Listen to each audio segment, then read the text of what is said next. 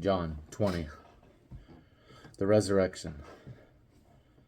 Early on Sunday morning, while it was still dark, Mary Magdalene came to the tomb and found that the stone had been rolled away from the entrance. She ran and found Simon Peter and the other disciple, the one whom Jesus loved. She said, "They have taken the Lord's body out of the tomb, and we don't know where they have put him." Peter and the other disciple started out for the tomb. They were both running, but the other disciple outran Peter and reached the tomb first. He stooped and looked in and saw the linen wrappings lying there, but he didn't go in. Then Simon Peter arrived and went inside.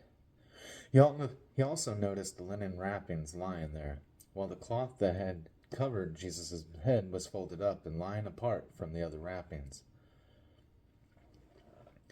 Then the disciple who had reached the tomb first also went in, and he saw and believed. For until then, they still hadn't understood the scriptures that said Jesus must rise from the dead. Then they went home. Jesus appears to Mary Magdalene. Mary was standing outside the tomb crying, and as she wept, she stooped and looked in. She saw two white-robed angels, one sitting at the head and the other at the foot of the place where the body of Jesus had been lying. "Dear woman, why are you crying?" the angels asked her. "Because they have taken away my Lord," she replied, "and I don't know where they have put him." She turned to leave and saw someone standing there.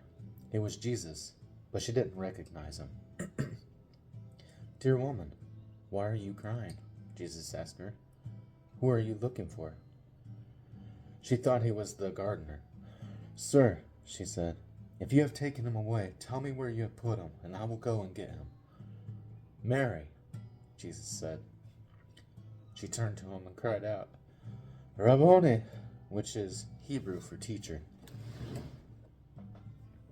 "Don't cling to me," Jesus said, "for I haven't yet ascended to the Father.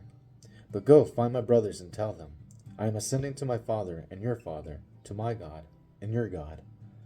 Mary Magdalene found the disciples and told them, "I have seen the Lord." Then she gave them his message. Jesus appears to his disciples. That Sunday evening, the disciples were meeting behind locked doors because they were afraid of the Jewish leaders. Suddenly, Jesus was standing there among them. "Peace be with you," he said. As he spoke, he showed them the wounds in his hands and his side. They were filled with joy when they saw the Lord. Again he said, "Peace be with you. As the Father has sent me, so I am sending you." Then he breathed on them and said, "Receive the Holy Spirit. If you forgive anyone's sins, they are forgiven. If you do not forgive them, they are not forgiven." Jesus appears to Thomas. One of the 12 disciples, Thomas, nicknamed the twin, was not with the others when Jesus came. They told him, "We have seen the Lord." But he replied, "I won't believe it unless I see the nail wounds in his hands, put my fingers into them, and place my hand into the wound in his side."